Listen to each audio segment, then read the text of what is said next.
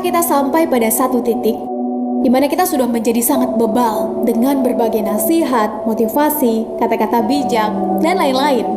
Atau pernahkah kita sampai pada satu kondisi di mana kita sudah menjadi sangat antipati dengan semua hal tadi dan menganggap semuanya omong kosong belaka?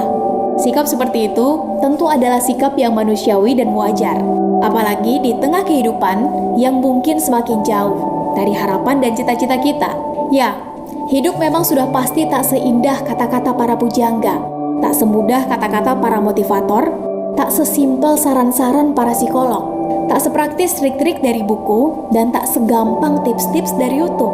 Itu adalah realitas, dan kita harus mau menerima realitas itu dengan lapang dada. Adapun nasihat dari orang sukses, motivasi dari para motivator, saran dari para psikolog, tips dari video, trik dari buku, wejangan dari tokoh agama, dan lain-lain, itu sebenarnya hanyalah trigger, pencetus, peletuk, penguat niat, pemancing langkah awal, dan pembuka jalan saja. Karena keberhasilan langkah selanjutnya ada pada pilihan keputusan kita sendiri. Terus maju menuju lebih baik atau kembali mundur mengulangi siklus yang sama. Pilihan ada di tangan kita. Yang jelas, jangan pernah berharap bisa hidup mudah tanpa bersusah payah. Karena yang paling mudah dalam hidup itu adalah satu, yaitu menyerah. Apa? Menyerah.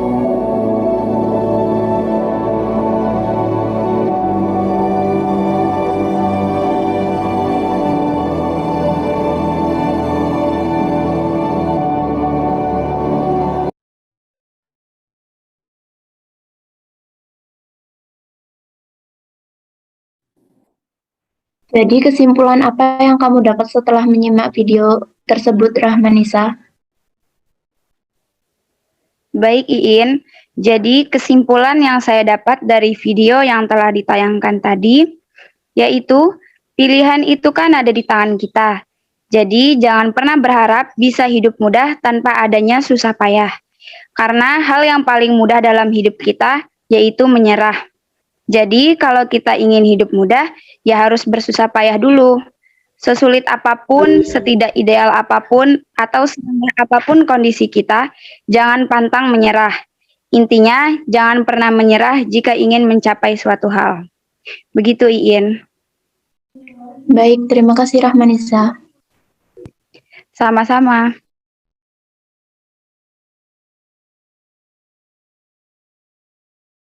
A'udzu billahi minasy syaithanir rajim. Bismillahirrahmanirrahim. Amma yatasaalun 'anil naba'il 'azim alladzi hum fihi mukhtalifun. Kalla saya'lamun. Tsumma kalla saya'lamun. Alam naj'alil arda mihada wal jibala autada wa khalaqnakum azwaja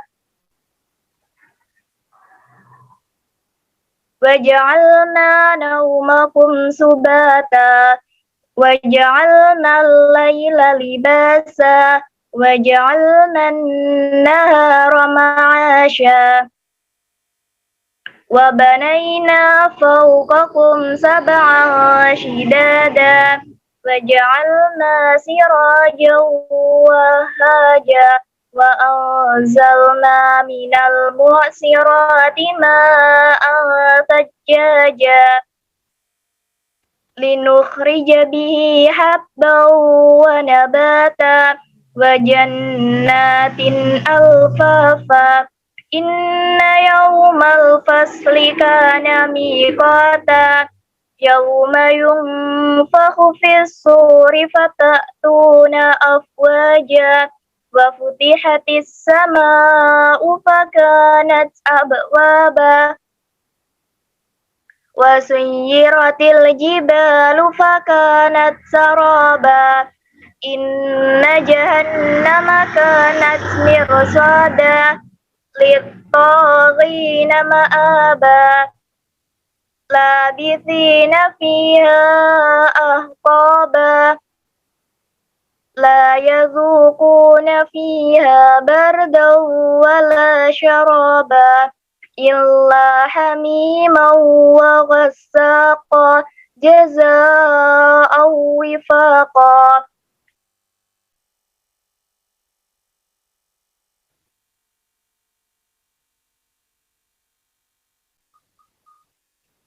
إنهم كانوا لا يرجون حسابا وكذبوا بآياتنا كذابا وكل شيء أحصيناه كتابا فذوقوا فلن نزيدكم إلا عذابا إن للمتقين مفازا حدائق وأعنابا وكواعب أترابا وكأسا دهاقا لا يسمعون فيها لغوا ولا كذابا جزاء من ربك عطاء حسابا رب السماوات والأرض وما بينهما الرحمن لا يملكون منه خطابا يوم يقوم الروح والملائكة صفا لا يتكلمون إلا من أذن له الرحمن وقال صوابا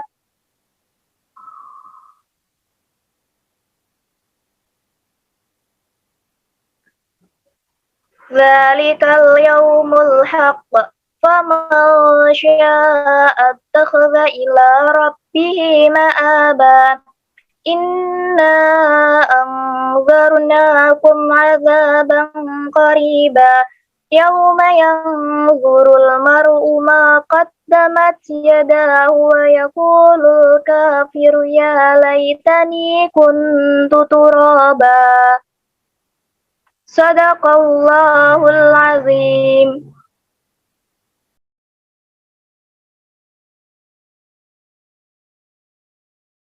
Jadi ada 5 hal yang juga ingin saya bagikan, apa saja yang harus dilakukan ketika kita sedang berada di titik terendah itu. Oke, nah 5 hal ini bisa kita praktekkan bersama-sama. Oke, kalau suatu saat nanti kita mengalami masa sulit itu. Oke, nah jadi yang paling penting adalah kita harus take action. Nah, jadi kalau tadi di awal saya bilang menyendiri, hibernasi itu temporary ya. Sifatnya hanya sementara, hanya beberapa saat aja. Begitu kita sudah pulih, lebih tenang, kita harus segera take action. Nah, action seperti apa? Ada 5 hal. Yang pertama itu adalah kita harus terima kenyataan. Jadi masa-masa sulit itu, keterpurukan, kejatuhan itu harus kita terima dengan lapang dada, dengan terbuka. Karena selama kita masih denial, selama kita masih menolak, selama kita masih merasa ini kayak nggak mungkin, ini tidak terjadi, nggak akan mungkin ada solusi. Tapi ketika kita menerima, kita mulai mencari cara. Nah itu hal yang kedua. Hal yang kedua adalah kita cari bantuan. Cari bantuan, cari cara. Selalu ada cara untuk setiap masalah. Sama seperti ketika Tuhan menciptakan gembok, nggak cuma ada gemboknya aja, tapi juga gembok beserta kuncinya. Selalu ada kunci dari setiap gembok. Harus cari cara, cari bantuan. Yang ketiga, kita juga harus fokus. Nah, fokusnya kemana? Fokusnya ke masa depan. Jangan fokus ke masalah keadaan yang sekarang, tapi kita fokus dan lihat ke depan. Apa yang ingin kita capai? Mimpi kita seperti apa? Idealnya apa yang akan kita bangun? Jadi fokus ke masa depan.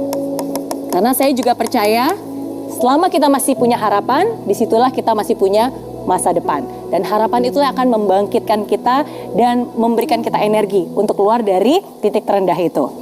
Hal yang keempat adalah kita juga harus lakukan perubahan. Jadi perubahan perubahan. Oke, jadi langkah nyata, tindakan nyata yang menuju perubahan. Oke, ada sesuatu yang mungkin harus kita rubah. Pikiran kita, cara bekerja kita, sifat kita, habit kita, oke, cara kita melihat hidup ini ya harus dirubah untuk yang lebih baik lagi. Dan yang terakhir adalah inilah waktunya untuk kita bisa dekatkan. Kira-kira dekatkan diri dengan siapa? Dengan yang di atas, yaitu dengan Tuhan. Oke, dan inilah biasanya 5 hal yang bisa kita lakukan, yang bisa membantu kita untuk kembali menata dan membangun hidup kita dan menjadikan titik terendah itu fondasi pijakan untuk kita bangkit dan naik ke atas. Oke?